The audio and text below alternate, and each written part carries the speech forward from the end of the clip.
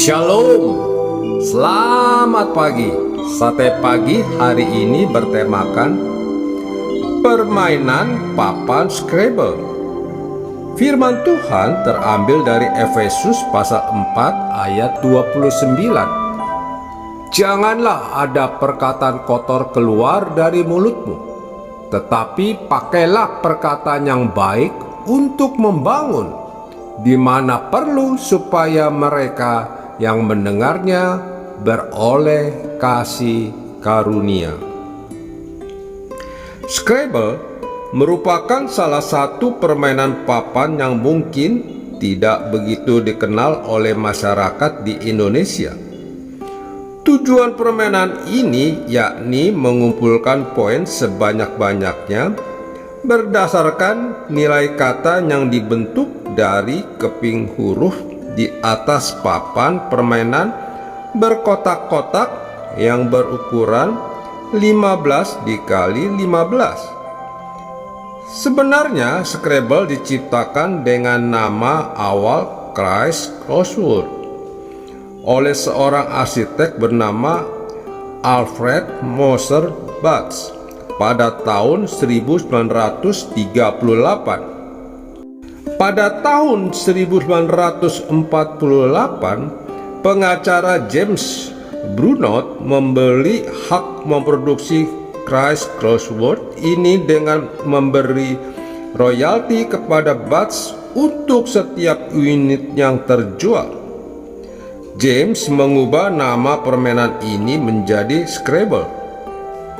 Aturan permainan ini sangat sederhana. Pada awal permainan, setiap pemain mengambil 7 buah biji yang berisi huruf secara acak di dalam kantong dan berusaha menyusun kata secara mendatar atau menurun seperti teka-teki silang. Supaya sah, kata-kata yang dibuat harus merupakan kata yang diizinkan untuk dimainkan berdasarkan standar kamus.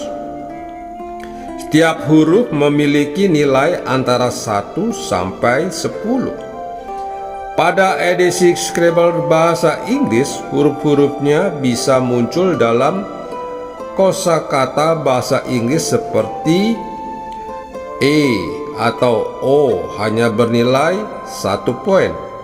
Huruf-huruf yang jarang muncul seperti Q dan Z masing-masing bernilai 10 poin.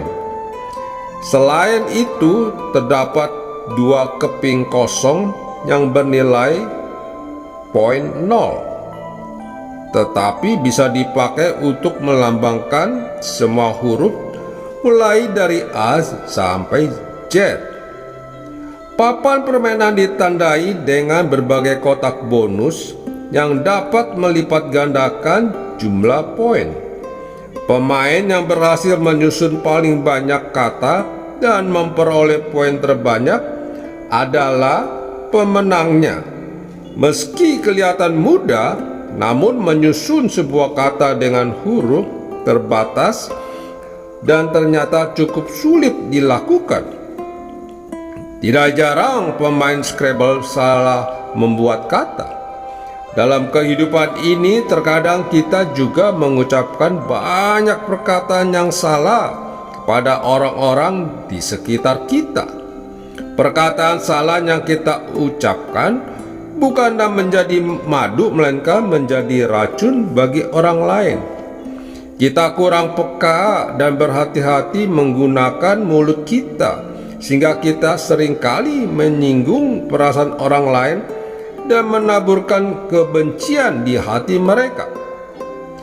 Ingat, perkataan yang tidak baik lebih menyakitkan dari sebuah tamparan tangan, sebab perkataan itu akan membekas di hati orang lain dan tidak mudah untuk dihapus.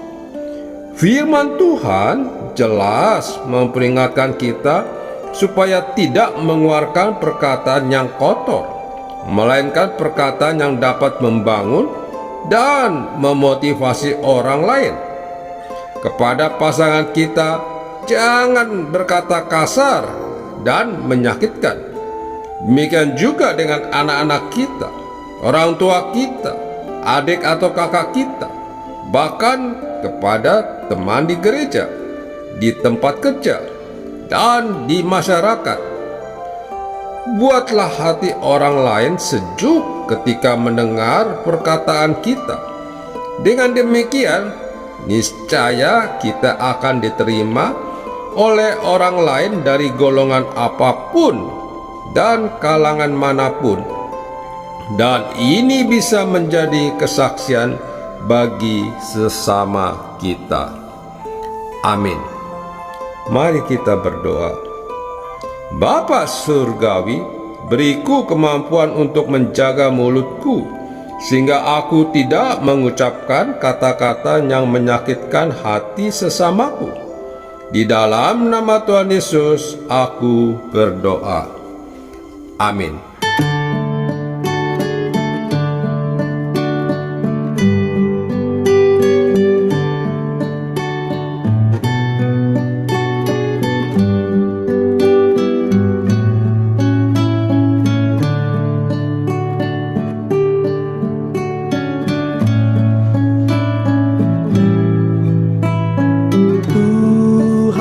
Jadikanlah kami lebih suci, jadi lebih suci sampai jumpa lagi.